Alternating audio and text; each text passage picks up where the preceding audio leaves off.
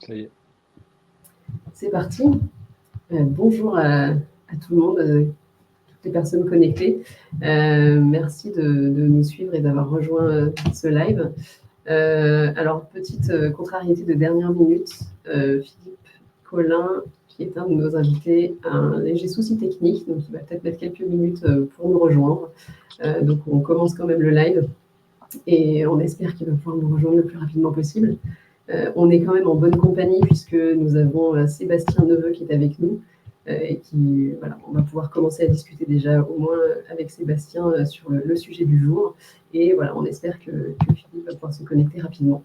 Donc déjà, je le précise, ce webinaire est enregistré, ce qui permettra de pouvoir partager ensuite le replay à toutes les personnes qui n'auront pas pu se connecter ou à ceux qui voudront le revoir. Donc voilà, sachez que c'est enregistré. Vous pouvez poser vos questions en commentaire, je crois, sur l'événement. C'est la première fois qu'on utilise LinkedIn pour faire un webinaire. C'est un peu nouveau. Donc n'hésitez pas à poser vos questions. Et on a Eva de l'équipe FEV qui va les noter au fur et à mesure pour qu'on puisse faire des réponses à vos questions en fin de webinaire. Et donc voilà, c'est parti pour le sujet du jour, où on va donc parler des tests nécessaires pour construire une ferme sur un modèle durable. Donc pour cela, nous avons invité Philippe Collin et Sébastien Neveu. Sébastien, je vais peut-être te laisser te présenter. Et voilà Philippe qui arrive, c'est un miracle pile quand on commence. Bienvenue Philippe. Donc déjà, pour ceux qui ne nous connaissent pas, nous, FEV, nous sommes une entreprise qui organisons donc ces webinaires. Notre mission, très rapidement, c'est d'aider, d'accompagner l'installation agricole en finançant des fermes pour les mettre à disposition de porteurs de projets agricoles qui souhaitent s'installer en agroécologie. Et pour cela, nous levons de l'argent auprès d'investisseurs, de particuliers ou autres, et via une foncière. Et cette foncière ensuite achète des fermes pour pouvoir aider les porteurs de projets à s'installer. Donc voilà, n'hésitez pas si vous souhaitez en savoir plus à aller sur notre site internet. Et donc, nous pouvons commencer ce live. Bienvenue Sébastien, bienvenue Philippe. Merci beaucoup d'avoir accepté l'invitation. Peut-être déjà dans un premier temps, je vais vous laisser en quelques phrases vous présenter chacun de vous. Sébastien, si tu veux bien commencer. Donc, bonjour à tous, merci de votre invitation. Sébastien Neveu, donc très vite 47 ans, j'ai 3 enfants. Je suis agriculteur depuis 2019. J'ai eu des expériences salariées dans le monde agricole auparavant. J'étais associé de la structure depuis 2014 et en 2019, je suis devenu agriculteur. J'ai un associé et on est en ERL et on est en grande culture basé dans Lyon, limite de l'Aube et de la Côte d'Or. On produit des grandes cultures, on est en agriculture de conservation des sols. Donc en fait, on essaie d'évoluer vers l'agriculture de conservation des sols et on a des projets pour continuer à faire évoluer notre système puisque en fait, on considère qu'il est toujours pas abouti et on veut l'emmener toujours plus loin et mieux. Voilà. Et je pourrais réexpliquer ce que c'est plus loin et mieux par la suite. Merci beaucoup Philippe, je te laisse te présenter. Oui, bonjour Philippe, donc agriculteur en Haute-Marne, 56 ans et 2 enfants, dont un en cours d'installation. Exploitation polyculture élevage, avec une historique GAEC, 6 associés. Aujourd'hui, c'est 3 structures. Une structure ERL avec prairies et bovins à l'herbe avec 200 hectares de culture et 120 hectares d'herbe. Une structure méthanisation depuis 2010 sur de la cogénération avec une diversification en production de carburant pour une flotte captive et depuis l'an dernier, une autre structure, donc un collectif coopératif sur de la transformation de nos productions et de production d'agriculteurs voisins sur 4000 hectares engagés en collectif. Voilà. Super, merci beaucoup. Ça fait donc beaucoup de sujets.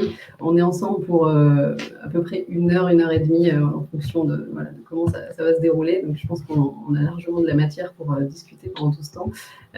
Donc, la thématique du jour, celle qu'on avait choisi d'aborder et pour laquelle on vous a invité, c'est la pratique du test et de l'évolution permanente en agriculture. Alors, c'est une thématique, en fait, on a forcément à l'aborder aujourd'hui par l'aspect agricole, puisque c'est les sujets qui nous intéressent, nous, aujourd'hui. Mais en fait, on va se rendre compte qu'il y a énormément de choses qui peuvent s'appliquer au monde de l'entreprise en général. Et finalement, on va aborder ça, c'est qu'une entreprise agricole, c'est aussi avant tout une entreprise avec les spécificités du monde agricole. Et donc, on va parler de plein de sujets, les tests, que ce soit sur la partie agro, mais aussi sur la partie organisation, relations humaines et partage d'expériences, voilà, sur des choses qui seront quand même assez transverses. Donc voilà, donc pour le premier sujet, peut-être qu'on peut aborder déjà un peu la partie plutôt test sur la partie agronomique, on va dire, test plus agricole. Donc, Sébastien, on en avait un peu discuté précédemment quand on a préparé ce webinaire. Tu nous as parlé justement de tes envies et d'évoluer, de faire des tests avec un semencier, de tester des nouvelles choses. Comment est-ce que toi, tu mets en place déjà ces démarches et qu'est-ce qu'on peut faire en agriculture pour essayer d'évoluer sans se planter, sans prendre trop de risques? Voilà. Comment est-ce que tu peux nous parler déjà de cette démarche de ton côté? Alors, j'ai plusieurs expériences qui m'ont inspiré au départ. La première, c'est l'année où je suis arrivé. On avait 100 hectares de colza qui ont été semés et on en a récolté 0. Donc, ça voulait dire qu'il fallait qu'on soit capable de faire une remise en cause très vite. Et pour faire la remise en cause, je suis allé chercher de l'information. Donc, la première démarche dans notre activité, et voilà pour toute activité, j'allais dire, c'est d'aller chercher des savoirs, d'aller chercher des expériences auprès des autres, auprès de ceux qui ont déjà l'information. Donc, c'est ce qui m'a permis de reproduire du colza les années suivantes, mais sur une beaucoup plus petite échelle pour prendre moins de risques. Ça, c'est cette première expérience. La deuxième expérience, elle est plus récente, elle a 3 ans. J'ai souhaité commencer à produire de la moutarde alimentaire. On est situé en Bourgogne. On a une IGP, moutarde de Bourgogne, et je trouvais que c'était important d'être producteur de produits alimentaires qui avaient une image et qui étaient attachés à un territoire. Et donc, du coup, la moutarde de Bourgogne est complètement de ce cas-là. Donc, j'ai commencé à faire de la moutarde, considérant que c'était très proche du colza, que j'arrivais à faire.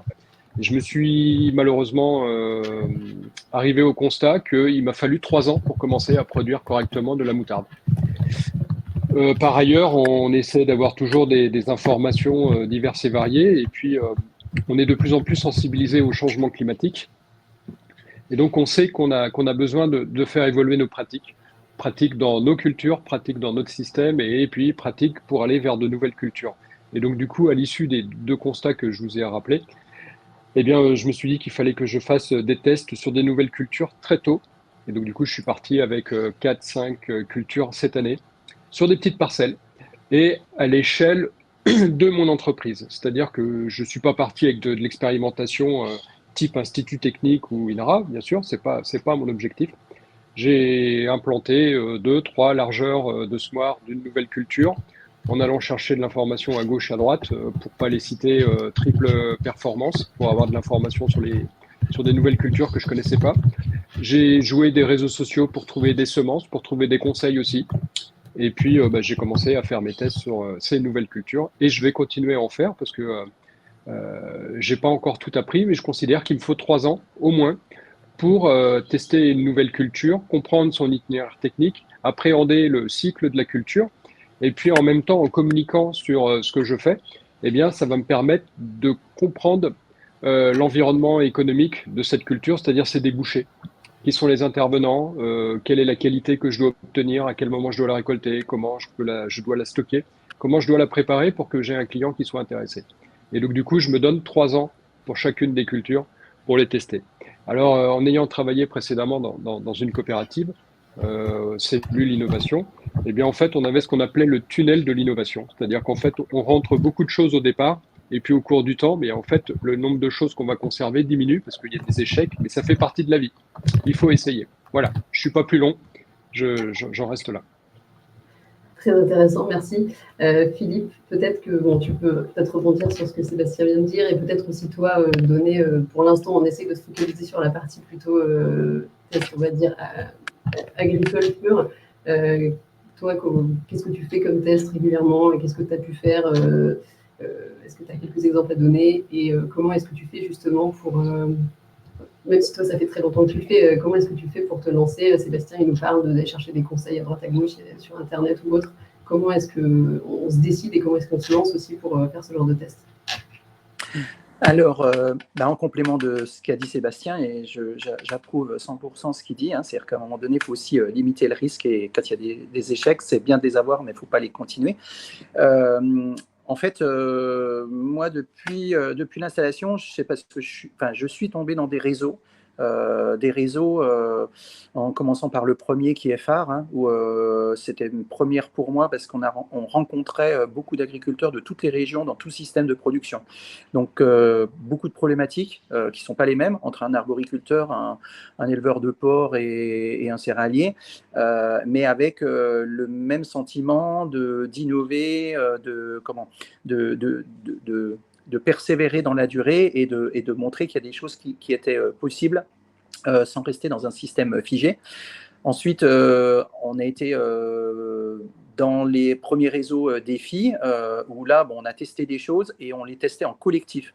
En fait, je me rappelle d'une expérience où, sur les 15 agriculteurs qui étaient en réseau, chacun mettait une parcelle à disposition, donc de 2, 3, 4, 5 hectares, qui étaient séparés en deux, et on faisait l'itinéraire qu'on a l'habitude de faire, et l'autre itinéraire, il était décidé en commun avec les 15 agriculteurs. Donc, il y en a un qui testait, par exemple, justement, par exemple, du non-labour, ça peut être du binage, ça peut être des associations variétales, etc. Et après, quand on est passé en bio, en 2014, là, on a réintégré des réseaux d'agriculteurs bio, donc bien avant de passer en bio, pour se réassurer et éviter des erreurs. Alors, ce n'est pas pour ça qu'on ne fait pas des erreurs, hein. On a aussi fait des échecs, on a aussi tenté des cultures qui n'étaient pas spécialement appropriées. On a vu les limites. Aujourd'hui, on essaye de recommencer des choses sur lesquelles on a fait des échecs parce que on a bien identifié pourquoi ça marchait pas. Mais c'est beaucoup la force du réseau et du collectif qui permet des fois de limiter et pas de multiplier les erreurs. Voilà. Et de voir pourquoi ça a marché à un endroit chez quelqu'un et pas chez l'autre. Voilà. Ça, c'est intéressant, effectivement. Peut-être, Sébastien, tu disais qu'il faut au moins 3 ans pour avoir fait le tour commencer à comprendre un peu comment marche une culture, mais vu tous les paramètres, que ce soit la météo, les dates de semis, etc., comment est-ce qu'on arrive à tirer une conclusion fiable, entre guillemets, d'une réussite ou d'un échec, avec tous les paramètres qui sont à prendre en compte? Est-ce qu'on se fait accompagner ou est-ce que vous faites suffisamment de tests pour pouvoir comparer plein de paramètres? Comment ça se passe? En fait, on est souvent seul dans notre tracteur, mais on a besoin d'être énormément de monde après dans notre tête. C'est-à-dire que quand j'ai récolté mon fenugrec cette année, j'étais dans la moissonneuse batteuse avec le chauffeur, puisque j'ai un accident, je peux pas conduire. Mais j'avais un copain au téléphone qui m'avait conseillé assez souvent sur cette culture-là, et je validais avec lui si j'étais dans les bonnes moyennes ou pas. C'est-à-dire qu'en fait, ce qui est hyper important, Philippe l'a dit en prenant phare, en prenant défi, et après en prenant d'autres structures. Mais on peut pas être tout seul sur notre ferme. Il faut qu'on soit en réseau.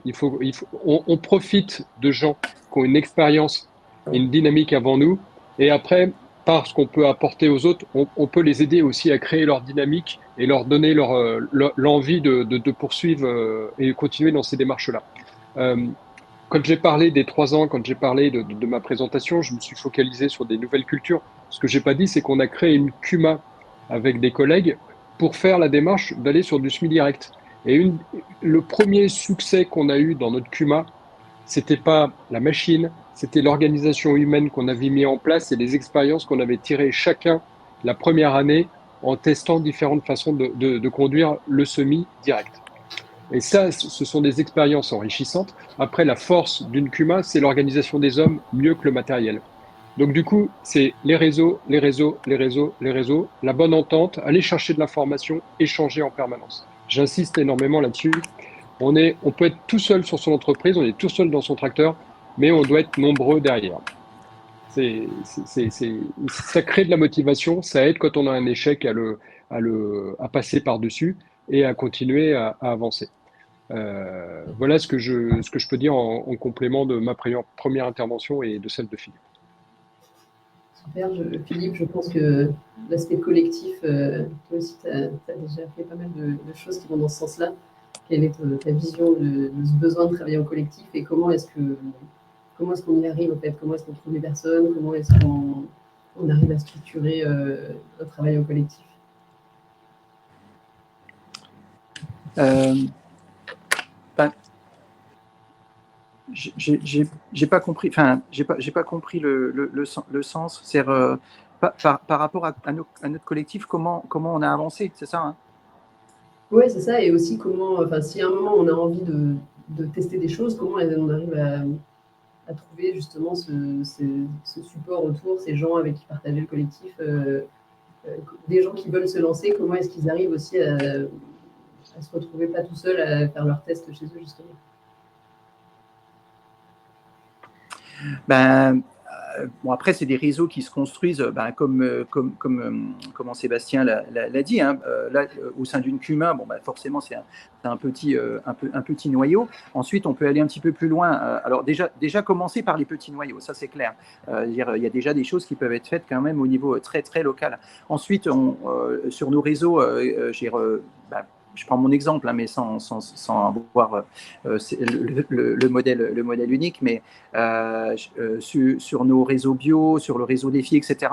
C'était un ensemble d'agriculteurs plutôt sur un territoire élargi, donc avec un contexte complètement différent et des personnes différentes. C'est-à-dire, dans un collectif, il peut y avoir un jeune installé et une personne qui est prête à aller à la retraite. Et en fait, des fois, les visions ne sont pas tout à fait vues de la même manière. Par contre, au niveau technique et au niveau test, je pense qu'il y a beaucoup de synergie à développer. Et après, quand on va monter un petit peu sur du collectif à plus grande échelle, moi je prends l'exemple, par exemple, du dernier en date, c'est celui de la transformation. Eh ben, c'est de faire, en fait, c'est de se répartir bien, les choses et ne pas multiplier par plaisir des essais, des tests, et plutôt lister un programme avec des choses qu'on doit tester. Et même si on ne peut pas tout tester à un moment donné, et puis même si ce n'est pas l'année favorable, eh ben, au moins on aura écrit des choses. Voilà.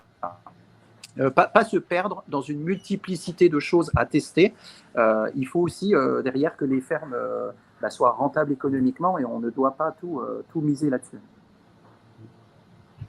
C'est intéressant. Et là-dessus, Sébastien, peut-être que tu peux nous parler un peu justement comment est-ce qu'on fait pour pas mettre tous ses œufs dans le même panier, pour s'organiser à plusieurs. Je crois que toi, tu avais un cas où, avec un associé, vous avez un projet, mais vous n'allez pas forcément mettre toute votre exploitation dans ce projet-là, vous mettez chacun un petit peu. Est-ce que tu peux peut-être nous parler un peu plus de comment on s'organise aussi pour limiter le risque, que ça soit humain ou vis-à-vis des tests en eux-mêmes?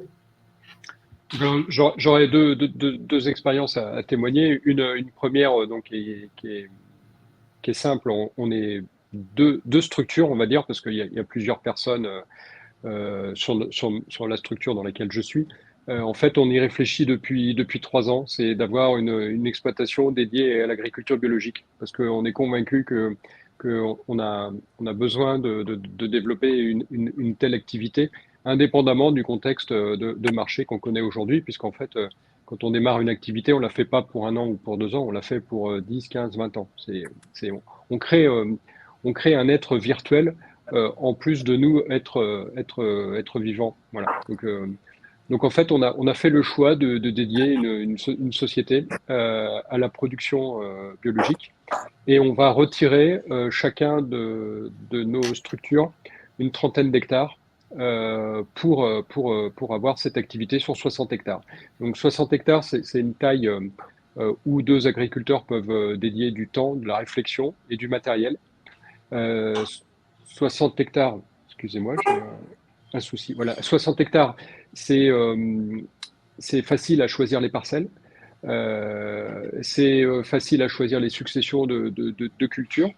Et puis, on a traîné pour lancer ce projet-là, mais on l'a lancé parce qu'on a eu une opportunité de déboucher. Et donc, voilà comment on est parti sur ce projet-là. Et par rapport à notre surface totale, eh bien, en fait, on prend un risque mesuré puisqu'on est à une quinzaine de pourcents de la surface totale qu'on exploite sur les deux fermes. Voilà. Mais on considère que ces surfaces-là doivent nous aider à faire la transition, à apprendre, à développer cette activité-là. Quand je vois Philippe qui est en agriculture biologique depuis 2014 ou 2010, je me dis qu'on a beaucoup de retard. Mais on a tout à mettre en œuvre et tout à apprendre et on a besoin de le faire parce qu'on en est convaincu. Voilà. Ça, c'est la première expérience. Et puis, par rapport à ce qui a été dit auparavant sur les collectifs, sur les échecs, j'avais écrit un post LinkedIn sur la notion de cluster. C'est-à-dire que moi, j'aime bien lancer des idées et la partager à plusieurs collègues agriculteurs, à des groupes d'agriculteurs. Et en fait, je considère qu'on n'est pas tous à la même maturité, on n'est pas tous dans le même besoin, on n'est pas tous avec les mêmes soucis ou les mêmes envies.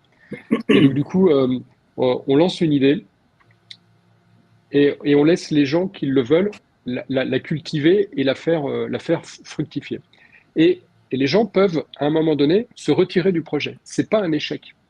Ils ont évolué, ils participent. À un moment donné, ils se retirent parce qu'ils ont de bonnes raisons de se retirer, mais il faut le respecter. Et c'est toujours mon histoire alors je vais arriver à le faire correctement, d'entonnoir. L'entonnoir de l'innovation, il se fait sur des tests, mais il se fait aussi avec les personnes. On peut commencer un projet à 10 et le finir à 5 ou à 4 ou à 3. Et donc, du coup, on a lancé aussi des projets comme ça pour essayer de planter de la vigne. Et puis, on n'a pas réussi. On a réfléchi à faire de l'immobilier en collectif à plusieurs agriculteurs pour diversifier notre patrimoine, pour préparer notre retraite. Et puis, on a réfléchi, on a un projet là, qui est un peu stand-by, mais qu'on va reprendre, qui est de faire du photovoltaïque dans nos champs, mais à petite échelle. Et de le conduire, de le réfléchir à plusieurs agriculteurs en même temps. Voilà. C'est la notion, moi, que j'appelle de cluster de réflexion, de cluster de projet, où en fait, on propose l'idée et puis on laisse la chance aux gens de s'investir dedans, d'y participer. Mais en aucun cas, on doit être juge de dire c'est bien ou c'est pas bien si quelqu'un arrête. Être chef d'entreprise, c'est laisser les opportunités et puis après, chacun mûrit ou pas, ou arrête, et a ses bonnes raisons pour arrêter s'il arrête. Voilà. Il faut être respectueux, responsable, mais toujours ouvert. Pour moi, c'est l'ouverture qui est hyper importante. Voilà. Philippe, je te vois hocher de la tête. Tu veux réagir à ce que vient de dire Sébastien? Moi, je prends toujours l'exemple d'un homme et d'une femme et d'un couple et ensuite des enfants. Et en fait, il y a des souhaits, il y a des rêves qu'on peut faire.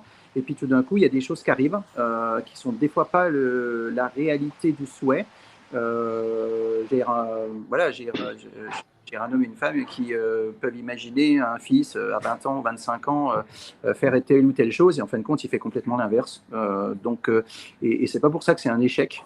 C'est un changement de direction, un changement de voie, une adaptation permanente. Et en fin de compte, c'est un peu la même chose sur nos entreprises. En fait, il faut se donner des grandes directions, mais il faut toujours être capable de s'adapter. Et il y a des choses qu'on peut tester, il y a des choses qui peuvent très bien marcher. On a fait cet exemple-là, dans le bio. Alors je reprendrai quand même Sébastien. Il n'y a aucun retard sur aucun choix. Et en fin de compte, c'est justement de mener un bien vers une direction commune avec des objectifs communs. Et en fin de compte, quand on est sur ces réseaux et qu'on partage les mêmes valeurs, des fois, on va beaucoup plus vite parce qu'en fait, on perd moins de temps où chacun a les capacités de rayonner dans ce qu'il fait. C'est-à-dire qu'à un moment donné, on ne peut pas tout porter tout seul. Et peut-être que d'être plusieurs, d'avoir des formes plus plurielles, en fait, et pas qu'agricoles, c'est-à-dire aussi d'être associé avec des innovations qui ne concernent pas du tout que l'agriculture et d'être peut-être plus en phase avec la société, aujourd'hui de se rapprocher du monde de la transformation ou de porter la transformation, d'aller jusqu'à la distribution. Ce n'est pas quelque chose d'antinomique par rapport à un système qui existe, c'est quelque chose de complémentaire. On sait très bien que tout ne passera pas par un système de remise en cause sur tous les modèles, mais ça fait partie justement des essais, des tests, tout ça que les agriculteurs peuvent faire sur leur ferme. Concrètement, mener un projet de transformation aujourd'hui Ça fait partie d'un risque. Il ne faut pas que ce soit un échec. Ah. Ok, c'était pas prévu. J'espère que ça va réussir à retrouver sa connexion rapidement. Du coup, on va enchaîner, mais sur le même sujet justement, même s'il n'aura pas pu finir son intervention. Ça me fait penser justement, donc là, ce sujet de transformation, etc. On l'a dit en introduction, le sujet des tests, il ne tient pas que sur la partie purement agricole. Tu as évoqué tout à l'heure, toi, le fait que sur la moutarde, tu as eu besoin aussi de tester de communiquer avec les débouchés, avec l'aval de la production. Comment est-ce que... je pense que si Philippe arrive à se reconnecter, lui, il aura aussi beaucoup de choses à dire sur son Oui. Ça y revient. Il revient. Je suis désolé. Il y a une coupure, je suis désolé. Bon, du coup, on enchaînait, je disais qu'on pouvait peut-être effectivement discuter de ce sujet un peu transformation aval, et notamment tout à l'heure, Sébastien évoquait les tests qu'il a fait sur la moutarde. Comment est-ce qu'on fait justement pour adapter sa production aussi aux débouchés derrière? Comment est-ce qu'on communique avec ce réseau-là? Et est-ce que c'est compliqué? Et notamment, par exemple, dans le cadre du bio, on sait qu'aujourd'hui, tu l'as évoqué, Sébastien, le marché n'est pas au mieux.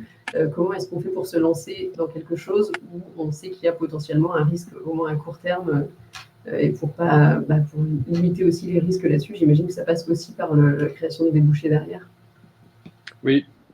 Donc, on réfléchit par rapport au test que j'ai fait cette année. J'ai une petite opportunité de déboucher à la fois en HVE et en bio. Donc, on va essayer de combiner les deux, le temps d'avancer dans nos débouchés et dans notre conversion. On a quelques structures établies pour des cultures qui sont simples, entre guillemets, qu'on va mettre en œuvre. Mais comme je disais, si on a fait la conversion, si on a fait le choix de démarrer cette structure en bio, c'est parce qu'en fait, on a aussi un client qui va nous accompagner dans notre démarche. Et ce qui est important, c'est les opportunités de débouchés que j'ai pu avoir, je les dois à ma communication. Et je pense que quelle que soit la démarche qu'on ait, et quel que soit le type d'entrepreneur qu'on est, c'est par notre communication, c'est par notre comportement qu'on trouve les débouchés, c'est par notre ouverture qu'on trouve les débouchés. Et après, c'est par l'explication sur la façon dont on a de les produire, la logique qu'on a dans notre entreprise, qu'on va continuer à affiner ces débouchés, les bâtir. Peut-être qu'on va évoluer dans le temps, mais c'est des règles de base du commerce. C'est ça qui est génial. On fait de la communication, on rencontre des clients, des fournisseurs, et on choisit de travailler avec eux. On répond à leur cahier des charges, on essaie de l'adapter, on essaie de s'y caler. Et mes 3 ans, ils sont là pour comprendre l'aspect technique, agronomique qu'on évoquait tout à l'heure, mais aussi évoluer, moi, dans ma capacité d'agréage, de stockage, de mise en forme du produit et de voir sa rentabilité jusqu'au bout. Et peut-être qu'il y a certaines cultures qu'on arrêtera parce qu'on n'a pas trouvé le modèle économique au bout. Mais le temps, il est nécessaire pour ça. Et ce que Philippe il disait, c'est super intéressant. C'est que quand on va sur la transformation, quand on va sur la commercialisation, ben, on fait un métier que toute entreprise fait, de recherche et de correspondance des débouchés. Et on ne devrait pas, en agriculture, être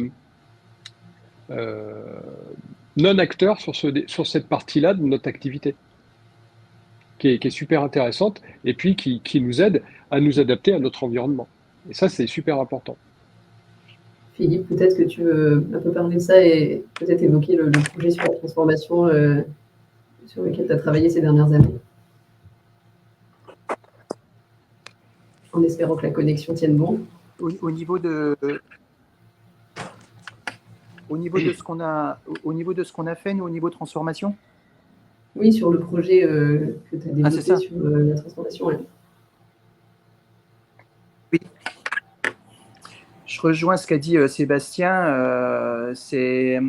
En fait, j'ai toujours le mot réseau, en fait, parce que le mot réseau fait en sorte qu'il y a beaucoup plus d'idées dans la tête de plusieurs que dans une seule tête. Et donc, c'est vraiment l'aspect collectif. c'est pas le collectif juste par le collectif en disant on est plusieurs, donc on a plus de force, plus de possibilités de produire, de volume, etc. C'est plus de capacité de réfléchir. Et en fin de compte aujourd'hui, sur notre outil de transformation, on s'est vite aperçu que on reprenait la métier où on était complètement, voilà, on découvre beaucoup de choses. Je dis toujours, notre marketing, c'est juste d'expliquer ce qu'on fait, assez simplement. Moi, j'ai rencontré des chefs cuisiniers qui ne savaient pas comment on pressait de l'huile, par exemple. Et quand ils visitent l'installation et qu'ils regardent comment c'est fait, qu'ils regardent pourquoi on le fait et pourquoi, pourquoi la nécessité du faire pour que les agriculteurs puissent continuer de vendre convenablement et durablement leur récolte, pour eux, ça a un sens. Pour eux, ça a un sens et ça permet. Alors, aujourd'hui, on est peut-être sur un petit nuage, mais on est quand même. Grosso modo, à chaque visite d'installation, il y a un contrat qui est signé. Donc, ça veut dire que c'est un signe qu'il y a encore beaucoup de choses à faire dans notre métier et surtout se réapproprier la partie communication, comme disait Sébastien. Vraiment recommuniquer avec les capacités que chaque partenaire peut avoir et forcément, je ne sais pas faire du marketing, la communication, elle est peut-être pas encore au top sur nos outils, et entourons-nous des partenaires qui sont compétents. Voilà. Mais nous, on est plutôt bon sur la partie production. Maintenant, il faut qu'on le fasse savoir et puis qu'on évite, qu'on évite d'être tout seul dans notre coin. Est-ce que ça marche pour toutes les filières? Par exemple, on parle beaucoup du lait qui est un peu compliqué et qui passe beaucoup par des coopératives d'achat, etc. Est-ce qu'il y a des filières pour lesquelles c'est plus difficile de réussir à se réapproprier justement l'aval de la production?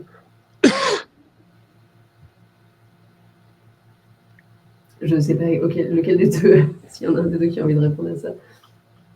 Alors moi, je répondrais en détournant un peu la question ou en faisant une réponse un peu de côté. Je ne vais pas chercher à commercialiser du blé en sac parce que je n'y arriverai pas et puis ça prendra trop de temps et ce sera trop compliqué. Par contre, si je cherche à commercialiser des lentilles, si je cherche à commercialiser des pois chiches, si je presse un peu d'huile de colza ou je presse un peu d'huile de tournesol, je vais avoir la capacité à rencontrer des gens et à les intéresser comme Philippe l'a dit. Et donc du coup, je vais garder mon acte de production végétale et je vais le décliner sur des productions qui vont être plus facilement jouables pour moi sur des petits volumes et très proches du consommateur ou qui vont intéresser très vite un transformateur. Voilà.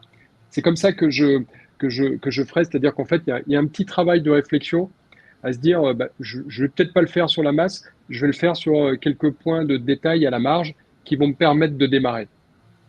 Et en fait, notre stratégie, nous, sur 5 ans, parce que on évoquait tout à l'heure l'expérimentation, le test, et ainsi de suite. Philippe l'a dit, il faut avoir une vision à long terme. Avec mon associé, on fait ce qu'on appelle une feuille de route tous les 2 ans à peu près, 1 an, 2 ans, où on se cale des grandes idées et on essaie de s'y tenir. Et après, on reprend le document qu'on a fait, on voit ce sur quoi on a avancé, et on voit ce sur quoi il nous reste à avancer. Et notre stratégie, c'était de quitter les matières de masse, d'ajouter ensuite une production de semences certifiées, parce que ça va nous ramener de la valeur ajoutée, ça va nous permettre de nous équiper, et ensuite de continuer à évoluer de la semence vers le produit alimentaire. Parce qu'à chaque fois, on doit faire un progrès technologique sur notre entreprise, en compétences, en organisation et en équipement. Et donc voilà la stratégie, comment on la décline en 3 temps, en partant d'une situation de départ à une situation finale. Et l'agriculture biologique nous permet aussi d'aller vers le côté alimentaire plus rapidement. Voilà ce que je donnerais comme réponse à ta question. C'est une très bonne réponse. Et après, la question que je me pose, donc on a évoqué le fait sur la filière aval, il y a les deux manières de faire. Soit on peut internaliser la transformation en investissant dans des moyens, mais du coup, ça représente un investissement lourd, un risque, et puis il faut avoir une production suffisante pour faire tourner le moyen de transformation. Ou alors, il faut avoir des acteurs qui vont s'occuper de faire cette transformation et qui sont en accord avec notre manière de voir le produit final. Donc, toi, Philippe, justement, quelle approche tu as eue sur la partie transformation? Toi, tu as choisi du coup d'essayer de recréer comment dire, une mutualisation justement d'investissement. Tu peux nous en parler? Oui, alors, en fait, c'est une suite logique. En fait, je veux dire, tout ce qui est aujourd'hui sur l'exploitation, c'est quelque chose que j'avais pas imaginé ou qu'on n'avait pas imaginé à mon installation dans la fin des années 80. C'est un parcours qui s'est construit petit à petit, avec des éléments qui sont venus s'ajouter les uns aux autres. Et chaque élément, à un moment donné, ne doit pas être pris de manière individuelle. Quand l'unité de biogaz est venue sur l'exploitation, c'est parce que derrière, il y avait des effluents à traiter et que ça pouvait redonner une certaine autonomie en fertilisation. Quand on a passé à une valorisation d'une petite partie pour faire du carburant, c'est parce que derrière, on avait des acteurs territoires, et en particulier notre laiterie, la laiterie, le bus scolaire, etc., qui rayonnaient sur notre territoire, et comment on pouvait faire passer une petite partie de l'énergie, pas dans des réseaux, mais plutôt localement. Et ensuite, on est passé en bio quand on a eu l'autonomie complète de la fertilisation. Finalement, on s'est dit, il manque plus grand-chose. Et en fait, on peut faire un bio en en continuant d'être productif. Et la dernière phase, c'est comment on va encore un petit peu plus loin, mais pas comme Sébastien. Sébastien, c'est une option stratégique sur une démarche petit à petit et sur des marchés bien précis. Nous, on est parti sur le même raisonnement que le territoire, et on a dit, mais finalement, des acteurs territoires peuvent rouler avec notre énergie, mais est-ce que des acteurs territoires, avec la résilience alimentaire, on était passé par la crise Covid, on est passé par la crise Ukraine, etc. Ces projets, on sentait bien qu'ils étaient dans nos têtes.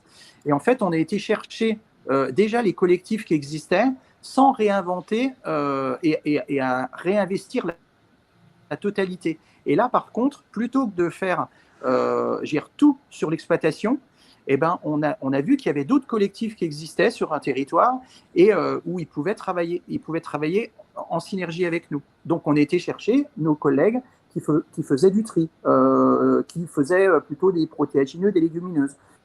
Et nous, on a dit, finalement, sur la partie trituration et meunerie, plutôt à petite échelle, un peu plus que la meunerie à la ferme, mais qui peut intéresser l'agroalimentaire, comment est-ce qu'on peut avoir notre carte à jouer? Et en fait, tout s'imbrique les uns dans les autres. Et demain, ce n'est pas incompatible de dire que ce qu'on va produire comme ingrédient, ça peut être transporté avec notre énergie, puisqu'on en produit, carburant, dans des zones ou chez des agro-industriels qui ont besoin de ces produits. On essaye en fait de raccorder tous ces maillons les uns aux autres et surtout ne pas rester tout seul avec des maillons individuels. Comme l'explique Sébastien, c'est ces petits maillons-là qu'il faut construire les uns après les autres et ne pas rêver tout de suite à une grande chaîne, parce que la grande chaîne, elle n'est pas accessible en termes d'investissement à notre échelle. Voilà. Et c'est pas pour nous, en fait. Donc maintenant, reconstruisons peut-être des choses qui prennent du sens, et peut-être demain, je serais content de prendre des productions de Sébastien, même qu'il soit dans un département voisin, parce que ces productions-là, on ne sait peut-être pas les faire, et par contre, on a les débouchés. Ouais, c'est super intéressant cette vision de reconstituer en fait, cet écosystème à part entière localement. C'est hyper intéressant. Et effectivement, on voit que l'agriculture, c'est à la fois, ça peut produire de l'énergie, ça peut utiliser les effluents aussi. On entend parler, il y a des projets qui se développent ces dernières années pour réutiliser l'urine humaine, même pour faire de l'engrais. On voit qu'il commence à y avoir quand même des choses qui se testent un peu partout pour essayer de recréer ces synergies. Et du coup, très, très, super intéressant comme expérience. Est-ce qu'on pourrait parler un petit peu, je vois que l'heure avance un peu, est-ce qu'on pourrait aller un petit peu sur le terrain aussi des tests sur la partie, on va dire, organisation, gouvernance et sur la partie un peu humaine? Est-ce que là-dessus, vous avez des choses à dire sur comment est-ce qu'on fait justement en sorte de tester, de réussir et de se coordonner pour que ça marche bien entre les générations, que ça marche bien entre les associés? Comment on fait pour que la mayonnaise prenne bien? Je réponds avant, Sébastien. En fait, c'est, j'allais dire, la dernière brique à mettre, enfin la dernière brique, la première, c'est bien l'humain. Mais la dernière brique à mettre dans tous ces systèmes-là, c'est comment on réussit dans la durée et comment l'humain est très très important pour que toutes ces synergies-là marchent. Et à un moment donné, il faut partager les mêmes valeurs. Donc forcément, il faut des partenariats très forts, des synergies très fortes. Il ne faut pas avoir peur de parler de renouvellement de génération assez tôt. Et peut-être d'adapter des formes sociétaires qui sont peut-être plus à même d'avoir moins d'échecs en termes de transmission, puisqu'aujourd'hui on est un petit peu dans un changement de direction où peut-être, enfin ça c'est mon avis, où les formes sociétaires ne sont pas réellement adaptées aux enjeux à venir. Ce n'est pas pour rien qu'on est parti sur une SIC, sur une SCIC, sur l'unité de transformation. C'est parce que derrière ceux qui l'ont créé, il y aura forcément une suite et ce n'est pas une fin en soi. En fait, ça a toujours marché comme ça en agriculture depuis les coopératives.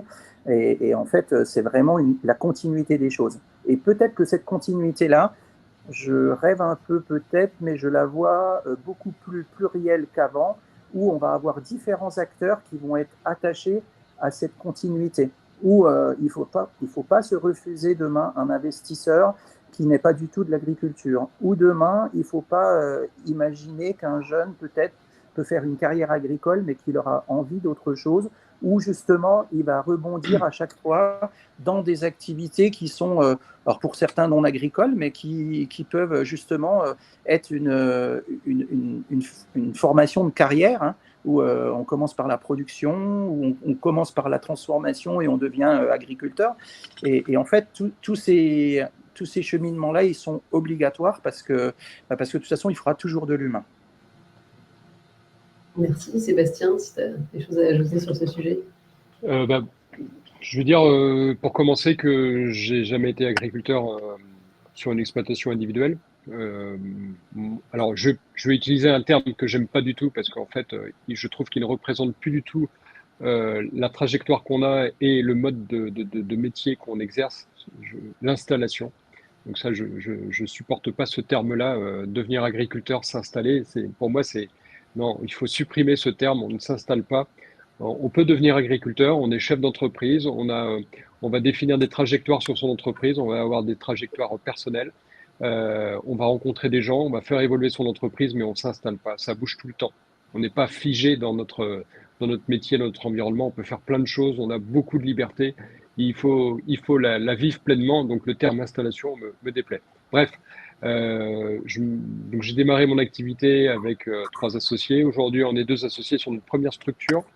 On a tous les deux le même âge, 46, 47 ans. On a une deuxième société qu'on a créée il y a 2 ans avec 3 autres agriculteurs pour reprendre une ferme. On ne voulait pas reprendre la ferme tout seul avec mon associé. Donc on a trouvé des voisins, on a insisté auprès du cédant pour qu'on soit 4 agriculteurs à reprendre sa ferme pour continuer son activité et puis trouver des synergies entre nous et faire en sorte que le projet soit tenable humainement, économiquement et dans le temps, il tienne. Et donc, je vous ai présenté le projet aussi en agriculture biologique avec une autre personne, donc ça fera une 3e société. On a notre CUMA à côté où on est de 4 au démarrage, on est à 6 aujourd'hui.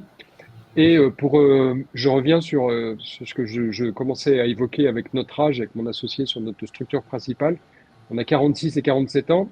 Et on sent qu'il faut qu'on sorte complètement de ce modèle classique de transmission d'exploitation type familiale où on a quelqu'un qui s'installe à 20, 25, 30 ans, qui fait toute sa carrière tout seul, c'est lui le paternel, c'est lui le patriarche, c'est lui le décideur.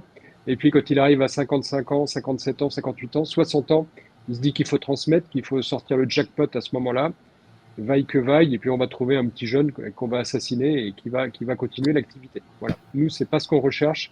On a créé un bébé qui est une entreprise qui doit vivre hors de ses associés, qui doit avoir une continuité et qui aura sa vie, son expérience, qui fera ce qu'elle fera, cette société. Et donc, du coup, il faut qu'on la fasse fructifier, qu'on lui donne un avenir.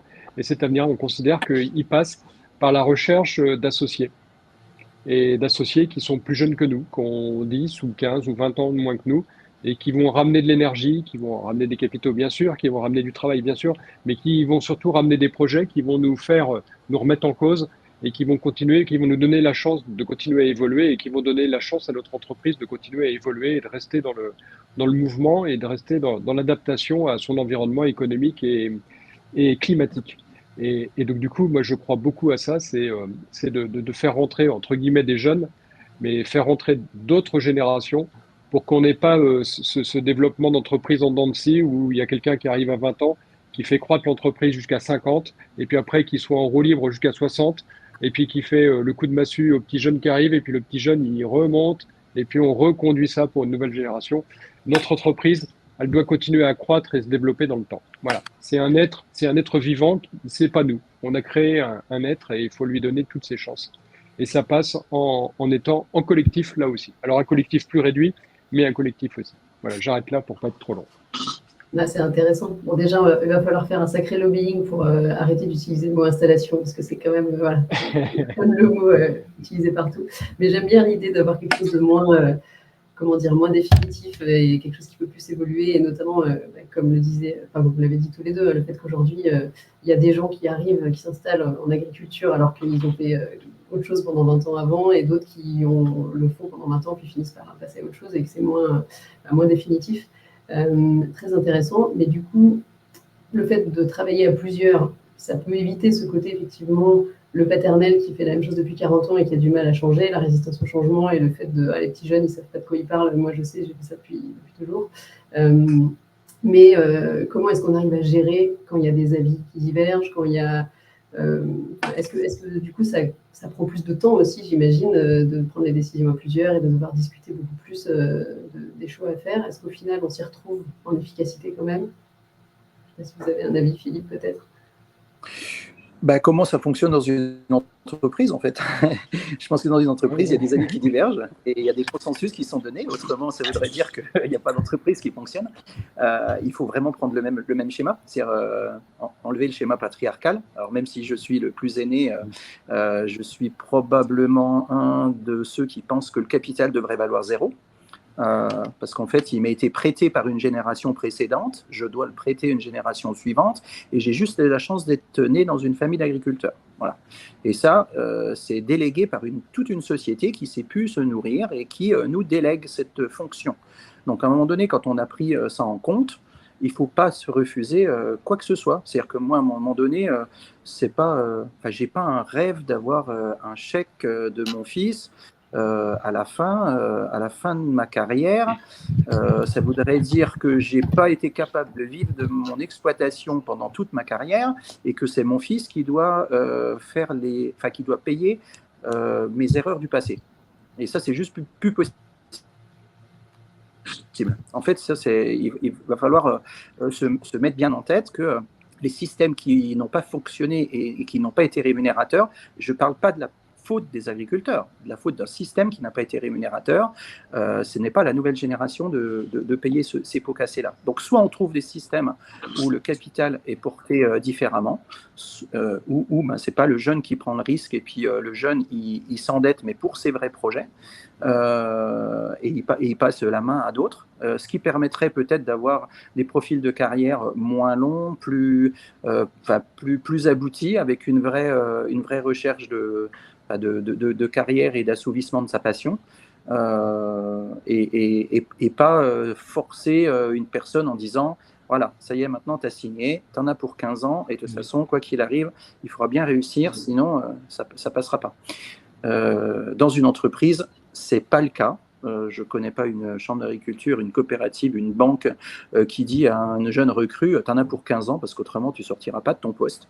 Ben non, ils viennent, ils rentrent, ils sortent, et puis ça ne met pas en cause le profil de la banque, de la coopérative ou de l'entreprise agro-industrielle. Donc pourquoi est-ce que ça ne peut pas être pareil dans les exploitations? Mais ça, c'est peut-être un tabou qu'on lève. Sébastien, est-ce que tu as quelque chose à ajouter? Moi, ce que j'ajoute, c'est que je recommande à tous les gens que je rencontre qu'ils aient des expériences professionnelles, salariées ou autres, avant de devenir agriculteurs, avant de s'installer. Parce que plus ils ont d'expériences professionnelles antérieures, moins ils vont s'installer, plus ils vont être dans une dynamique d'entreprise, de projet, et ainsi de suite, et être capable de se dire, ce que Philippe évoque, comment je sors de mon projet si je dois en sortir. Autrement que ce qu'on a connu et qu'on commande souvent sur l'agriculture, c'est-à-dire la porte de sortie, c'est le suicide, et c'est dommage que ce soit la seule qui existe. J'exagère, je suis très négatif en disant ça, mais malheureusement, si on avait eu un autre système éducatif et d'autres modes de pensée, on n'aurait pas cette sortie-là qui existe trop encore. Voilà. Donc du coup, le fait de passer par des étapes professionnelles antérieures, pour moi, c'est enrichissant. Ça permet d'avoir un modèle d'exploitation, un projet, des projets qui sont différents de l'agriculture traditionnelle. Et dans le contexte économique actuel et dans le contexte climatique changeant, c'est important qu'on ait tous les profils de porteurs de projets qui puissent devenir agriculteurs. Ça, la nature, c'est la biodiversité, et il faut qu'on ait de la diversité dans les projets agricoles, dans les porteurs de projets agricoles. C'est hyper important. La vérité, il n'y a pas un modèle qui l'a.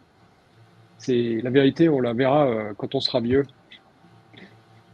de celle des années d'avant. Voilà. Donc, il faut qu'il y ait plein de projets, et il faut qu'on ait des gens qui puissent s'installer avec des beaux projets, des belles réflexions, et qui aient pensé à tous les tenants et les aboutissants, comme Philippe l'évoque. Et avec une expérience salariale dans une entreprise avec des responsabilités de management ou des responsabilités commerciales, je trouve que c'est très formateur. Ce sont de très bons antécédents pour devenir agriculteur.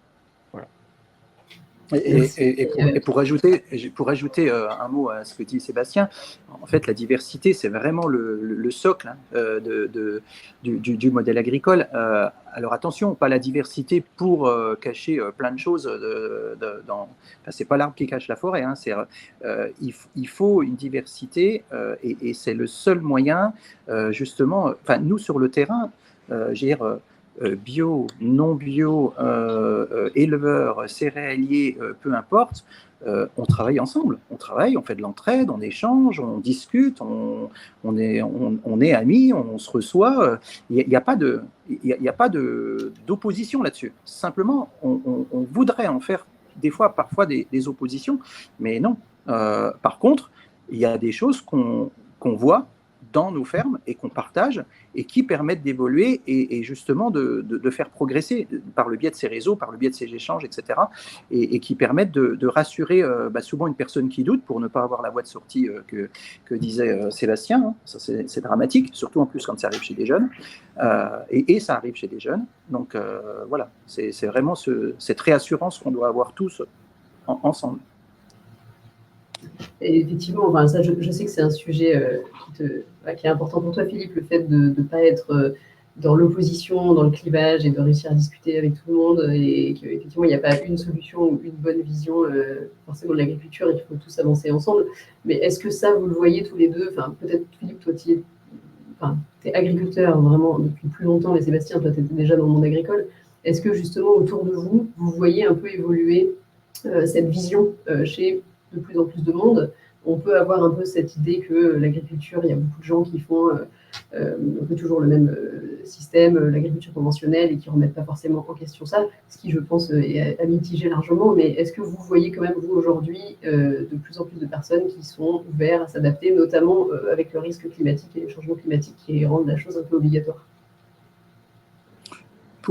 Pour faire court, oui, moi, quand je côtoie ceux de ma génération, j'entends de plus en plus est-ce qu'on a fait le bon choix? Ça, c'est la phrase qui revient souvent. Moi, je me dis oui, ils ont fait le bon choix. Ça a permis d'être là où ils sont. Maintenant, la nouvelle génération qui arrive a un autre choix. justifié ou pas, j'en sais rien, mais un autre choix. Et à un moment donné, il ne faut pas qu'on rentre dans les oppositions. Et je pense que la génération qui arrive, qui a un autre choix, doit reconnaître que les choix qui ont été faits à une époque, ben, c'est des choix qui ont été assumés par une génération, probablement peut-être pas que des bons choix, mais c'est ce qui a permis d'arriver là.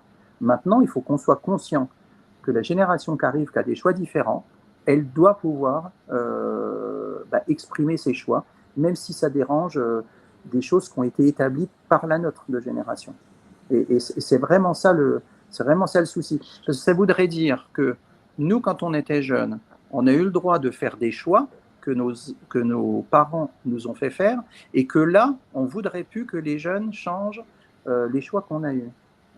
Et donc là, ce serait dramatique. Le mot conservation, alors comme le mot installation ne plaît pas à Sébastien, moi c'est le mot conservation qui ne me plaît pas. Voilà. Alors même si ça heurte parfois des gens, mais le mot conservation est très réducteur en fait.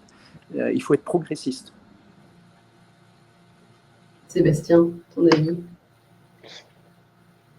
Si je devais faire le même métier tout le temps, ça me dérangerait.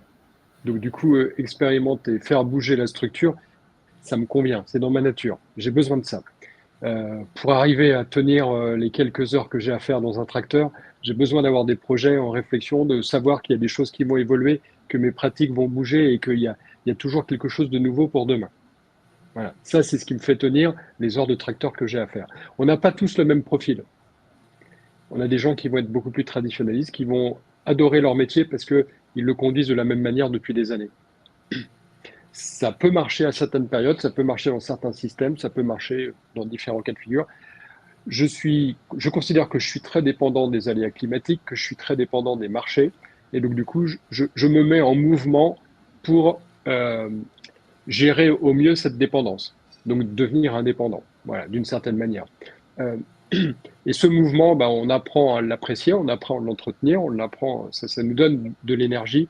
Et aujourd'hui, enfin, entre le métier que j'ai fait en 2019 et celui que je fais aujourd'hui, j'ai plus envie de le faire tout seul. J'ai un associé et on partage là-dessus. On veut le faire de plus en plus avec du monde, créer de la synergie, créer des dynamiques telles que Philippe l'a créé. Et aujourd'hui, ma vision de la réussite, quand j'aurai 60 ans ou 67 ans, parce que ce sera plutôt l'âge de la retraite si je la prends à 67, parce que pour l'instant, j'y pense pas du tout, ce serait d'avoir une entreprise, mais aussi d'avoir trouvé, donner l'opportunité à des gens de s'y associer et d'avoir apporté leur pierre à l'édifice, d'avoir pu réaliser un projet sur cette entreprise-là. Voilà. Ça, c'est cette continuité de l'entreprise, cette évolution, cette adaptation de l'entreprise, ces libertés de choix que j'aurais que laisser à de nouveaux associés dans mon entreprise. Voilà. On parle quand on échange des fois avec des gens autour de l'Assemblée nationale, on parle de véhicule législatif. Moi, je veux plutôt parler d'un véhicule agronomique ou d'un véhicule d'entreprise. Voilà. Et comme ça, faire monter des gens dans le véhicule et puis aller cheminer. Et il y a Fabrice qui demande dans le chat, est-ce que justement chez ces nouveaux agriculteurs, jeunes ou moins jeunes qui s'installent, est-ce que vous voyez justement cette recherche d'apporter du changement, de la diversité et d'essayer de changer un peu les choses? Je pense que oui. Oui. Vas-y Philippe, pardon, je n'ai pas donné la parole. Oui. Moi, j'ai la chance de côtoyer, de rencontrer des jeunes futurs ingénieurs, donc à Supagro Dijon. Alors, je vois très peu de candidats à l'installation, c'est dommage. Pourtant, un ingénieur, il est capable de faire tout ce qu'on a brossé, c'est-à-dire gérer des personnes, réfléchir des projets, prendre des risques. Maintenant, oui, on voit qu'il y a une aspiration différente, en fait, une aspiration parce que c'est, en fait, un jeune, il est dans une société, et puis il y a de plus en plus de connexion à toute la société, beaucoup plus qu'on avait avant. Avant, nous, on lisait, on lit toujours La France agricole, donc je vais faire un peu de pub, mais ou Réussir, ou voilà. Aujourd'hui, il y a de plus en plus de connexions pour être informé de choses. Et en fait, la société, elle est en permanence avec eux. Donc, ils aspirent à avoir la même chose que dans la société. Donc, c'est normal. Sébastien, toi, tu constates aussi cette envie de changement? Oui, oui, oui, oui. De changer les systèmes de production, de tenter de nouvelles productions, de se rapprocher du consommateur, des choses qui sont plus en lien avec la société sur la nouvelle génération. Oui, je constate ça. Et ça, bon, vous en avez parlé au début tous les deux, des réseaux qui permettent justement de ne pas le faire tout seul et qu'il faut savoir s'accompagner. Alors je pense qu'il y a déjà beaucoup d'acteurs et de réseaux qui doivent exister, et puis après en parler autour de soi aussi, c'est une bonne manière. Moi, je sais que avec FEM, par exemple, on porte un projet là, qui se lance tout juste avec Solagro, pour ceux qui connaissent, c'est une association qui fait du conseil de l'ingénierie, voilà, qui accompagne beaucoup l'agriculture sur plein de problématiques relativement techniques. Et donc, c'est un projet pour pouvoir accompagner et financer des solutions enfin, pour des collectifs d'agriculteurs qui voudraient réduire leur consommation énergétique de leur production, que ce soit voilà, en énergie directe, carburant ou autre, ou en engrais, par exemple, qui sont aussi les engrais qui sont indirectement gros consommateurs d'énergie. Et donc voilà, c'est un projet qu'on lance, donc n'hésitez pas, voilà, on en parlera dans nos newsletters ou autres, n'hésitez surtout pas à vous abonner si ça vous intéresse, mais voilà, on pense qu'il y a aussi un gros enjeu là-dessus, et c'est ça, c'est de l'accompagnement technique, de l'animation de groupe aussi, parce que tous les deux, vous l'avez évoqué, il faut qu'il y ait le partage d'idées, le partage d'envie et le partage d'expérience. Et puis ensuite, un partage d'expérience aussi à toutes les autres personnes qui ne sont pas dans ce collectif, mais qui s'y intéressent. Et donc ça, pour ça, Internet, c'est aussi un moyen de pouvoir partager les réussites et les échecs aussi pour apprendre. Donc voilà, c'est un projet qu'on est en train de développer. Donc on vous en parlera un petit peu plus tard. Vous pouvez suivre ça sur les réseaux, sur notre newsletter. Et du coup, je vois qu'il est déjà 1 heure passée. Pour l'instant, il n'y a pas eu énormément de questions, ou en tout cas, celles qu'il y a eu, on y a répondu au fur et à mesure de la vidéo, enfin, du webinaire. Donc, si jamais vous avez d'autres questions, n'hésitez pas à les poser. Et sinon, peut-être un petit élargissement du sujet sur pourquoi est-ce que tous les deux, en fait, vous vous intéressez, qu'est-ce qui vous a converti, en tout cas, à passer en bio, en agroécologie, à essayer de changer ses pratiques à la base, en fait, qu'est-ce qu'il y a eu peut-être qui vous a fait changer d'avis, ou est-ce qu'il y a eu un déclic un jour pour aller plutôt vers ces pratiques-là? Peut-être Sébastien, si tu veux commencer.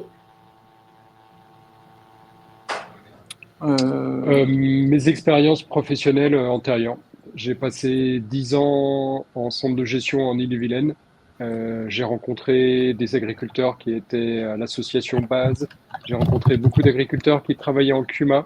C'était des choses que je connaissais pas du tout. Et j'ai vu leur réussite, j'ai vu leur expérience, et ça m'a, ça m'a beaucoup inspiré. Ça, c'est la première chose. Et puis après, dans le métier de conseiller, on est aussi un peu poil à gratter. C'est-à-dire qu'un agriculteur qui à 40 ans n'a pas de nouveau projet par rapport à celui de son installation, eh bien, j'étais un peu poil à gratter en lui disant qu'il finirait vieux con à 60. Et donc, il fallait absolument qu'il réfléchisse à avoir des projets, une dynamique, avoir une évolution comme un salarié là dans une entreprise. Donc, et sur une ferme, il faut aussi s'obliger à en avoir des évolutions pour ne pas être installé. Et donc, du coup, c'est cette dynamique-là qui est hyper importante. Et quand on est tout seul sur son entreprise, on a besoin de se donner de la dynamique. Et ça me fait penser à une chanson de Johnny Hallyday. J'en parle pas souvent, mais c'est l'envie d'avoir envie. Et ça, c'est la niaque. Enfin, vous le traduisez comment? Comme vous voulez, chacun, mais c'est avoir de l'envie, c'est avoir du plaisir, c'est avoir envie de faire bouger les choses. Voilà, c'est tout simplement ça. Et puis, je parlais de mieux, je parlais de plus au départ. Et c'est faire plus durable, faire plus écologique, on est dans une démarche carbone, je l'ai pas dit.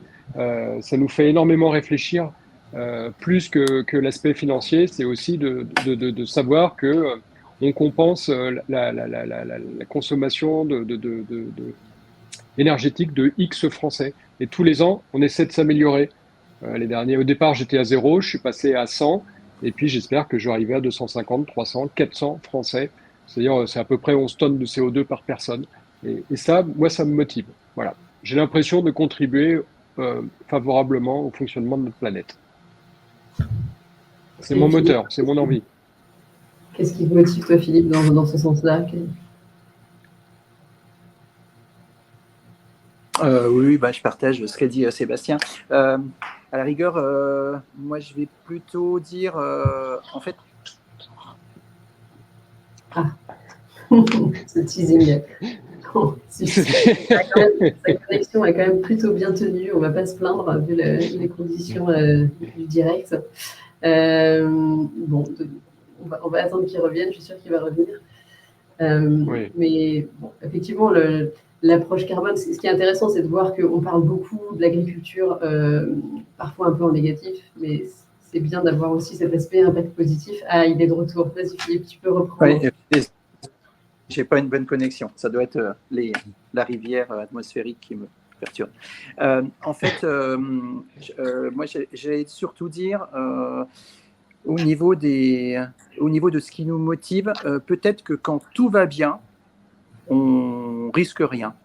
Et puis quand on a plus de risques ou qu'on a plus de handicap, je prends l'exemple de ce qui vient de se passer cette année, hein, JO et JO paralympiques, c'est tous des athlètes, il n'y a pas les mêmes objectifs derrière, il n'y a pas les mêmes records, mais il y en a certains qui ont décidé d'aller plus loin que plus loin et aller encore, toujours dans leur rêve, hein, c'est-à-dire se dépasser. Et peut-être que c'est ça qui nous anime.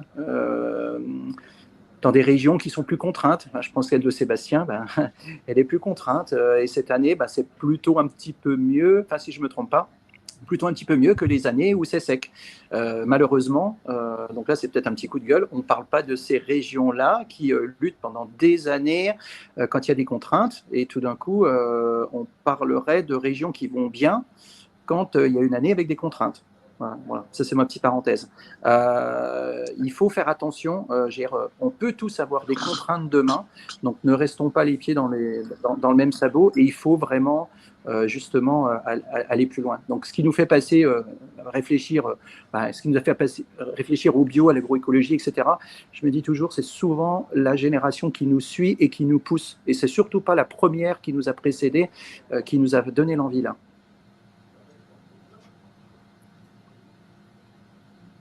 Super, merci beaucoup. Bon, j'ai l'impression qu'il n'y a pas d'autres questions pour l'instant. On a répondu un peu au fil de l'eau aux questions qu'il y a pu y avoir. Du coup, je ne sais pas si vous avez... Bon, on pourrait discuter encore, je pense, pendant plusieurs heures, toute la journée, de tous les sujets. Je n'ai pas ouvert toutes les portes que l'intervention m'a donné envie, que ce soit sur le bio, sur les pratiques agroécologiques, etc. Je pense qu'il y a l'opposition agriculture, écologie. Enfin, il y a plein de sujets sur lesquels on pourrait aller, mais il faudrait faire un webinaire entier là-dessus. Alors, la question de Mathieu, avez-vous des projets en mode hybride par des personnes sans expérience agricole préalable, un projet agricole commercial plus une autre activité économique en parallèle pour investir dans la ferme? Question technique, je ne sais pas si un de vous deux veut se lancer sur une réponse. C'est peut-être pas évident de préciser la question, mais c'est mode hybride, c'est-à-dire où il y aurait plusieurs partenaires associés au projet agricole. C'est ça, hein, si j'ai bien compris. Au moins plusieurs activités, effectivement. Je considère presque qu'on est déjà en mode hybride. Parce qu'en fait, on a toute une partie qui n'est pas notre métier. Je revendique que ça ne doit pas être notre métier. La partie transformation et distribution, non, c'est pas agriculteur, puisqu'il y a quand même une filière transformation et distribution. Par contre, qu'elle soit associée beaucoup plus près de nos activités, avec une vraie transparence et une vraie confiance. Les deux mots-là sont très, très importants. Je ne suis pas prêt à laisser des choses dans les mains de personnes qui ne seraient là que par intérêt. Donc, tout le monde doit avoir de l'intérêt. Et à partir du moment où tout le monde y trouve sa part et tout le monde y gagne, il n'y a pas de problème d'un fonctionnement en hybride. Au contraire, ça permettrait peut-être encore de lever des rêves qu'on a et qui ne sont pas réalisables. Oui, Mathieu précise ces questions. Oui. Ça, nous, on voit souvent des personnes qui se lancent et qui gardent une activité, on va dire, salariée à côté pour pouvoir avoir un vrai revenu le temps que l'activité agricole marche bien. Je ne sais pas si c'est ça aussi sur du plus long terme, mais on en voit beaucoup, effectivement, des personnes qui se lancent et qui ont une double activité au début. Très courageuse en général. Enfin, moi, je suis admiratif sur la détermination de ces gens-là. Beaucoup de respect. Et c'est l'intérêt d'ouvrir nos entreprises à des projets comme ça pour ils prennent moins de risques, qu'ils puissent profiter d'équipements, qu'ils puissent profiter d'expériences et démarrer leur activité plus sereinement. C'est là où le modèle individuel me semble un petit peu gênant. Voilà. Trop limité. La solidarité entre les générations pour aider les prochains à mieux se lancer. Il y a de la solidarité et puis aussi de la... Oui, juste citer un réseau qui est quand même innovant quand on parle justement d'échanges et de partenariats, qui est le réseau Agri-Échange, où on peut justement partager beaucoup de choses et on peut aller partager des biens, des services, de l'humain, etc. Et en fin de compte, ça permet de faire des premiers ponts sur des modèles agricoles qui aujourd'hui n'ont encore pas toutes les capacités de s'assumer eux-mêmes. Voilà. Ok, très intéressant. On a la question de Fabrice qui est affichée à un autre sujet tout autre. Est-ce qu'il y a des tabous dans le monde de l'agriculture? La question, elle est pas mal, mais... Peut-être Sébastien, je ne sais pas si tu as une réponse à apporter ou pas. L'argent, il faut l'évoquer, c'est indispensable, ne serait-ce que sur l'aspect rémunération. Qu'est-ce qu'on attend comme argent du projet qu'on peut avoir. On n'a pas tous les mêmes attentes. Qu'est-ce que c'est que être bien payé? C'est pas la même chose pour tout le monde. Quelle est la rentabilité de son travail? Combien d'heures je passe à l'année, à la semaine, au mois? Quels sont mes besoins de temps libre? Ça, c'est à évoquer parce qu'on n'a pas tous les mêmes attentes ou les mêmes, obligations par rapport à ça. Le syndicalisme, en fait, quand on est sur une entreprise, je ne sais pas si le syndicalisme est important. C'est des choses qu'on développe à côté, en plus. Moi, je dirais on a pas, pour avoir travaillé dans d'autres secteurs d'activité auparavant, euh, on a besoin d'avoir un syndicalisme pour représenter le métier dans sa globalité, défendre les intérêts du métier. Après, qu'il n'y ait qu'un seul syndicat ou qu'il y en ait plusieurs, ça peu importe, mais on a besoin d'avoir des structures représentatives des agriculteurs. Et, en France, notamment, on a des taux de syndicalisme ou des taux de syndicalisation, je ne sais pas le terme exact, qui sont faibles par rapport à d'autres pays. Et je pense que c'est dommage qu'on n'ait pas plus d'entreprises ou de salariés qui sont adhérents à des syndicats parce que ça donne du poids à ces syndicats pour travailler avec l'État, avec l'Assemblée nationale. Et donc là, j'ai une lecture très régalienne du problème. Il faut donner du pouvoir aux structures représentatives des entreprises, des salariés et ainsi de suite pour répondre aux enjeux régaliens. C'est un corps intermédiaire et il a lieu d'être. Donc ils doivent être forts et ils doivent exister. Voilà. Philippe, quelque chose à ajouter sur les tabous? Il y a aussi Fabrice complète en demandant est-ce qu'il y a un sujet autour de la SAFER? Non, il n'y a pas de tabou. Enfin, du moins pour moi, il n'y a pas de tabou. Peut-être qu'il y en a qui pensent qu'il y a des tabous, mais non. Par contre, oui, un revenu nécessaire pour des agriculteurs. Donc là, je vais faire mon syndicaliste, parce que de toute façon, sans revenu, il n'y aura pas de rêve agricole, hein, ça c'est clair. Et puis la partie syndicalisme, elle résume bien, en fin de compte, la responsabilité de notre message par rapport aux décideurs et par rapport aux autres mondes qui tournent autour de l'agriculture. Attention, on n'est pas tout seul on n'est pas tout seul dans l'acte alimentaire, il y a du monde tout autour de nous, et je pense que le syndicalisme ne doit pas être un tabou. Alors, moi, je serais un petit peu différent de Sébastien pour dire qu'il faut une diversité de syndicalistes pour avoir une diversité d'idées. Voilà. Maintenant, il faut trouver des consensus dans nos syndicats pour qu'à un moment donné, on converge vers une très, très bonne représentation de notre secteur de production, quitte à déranger les secteurs qui peuvent nous suivre et qui n'ont pas tout à fait des fois les mêmes idées. Voilà. Et donc, à un moment donné, il faut cette convergence-là. Sinon, donc il n'y a pas de tabou, au contraire.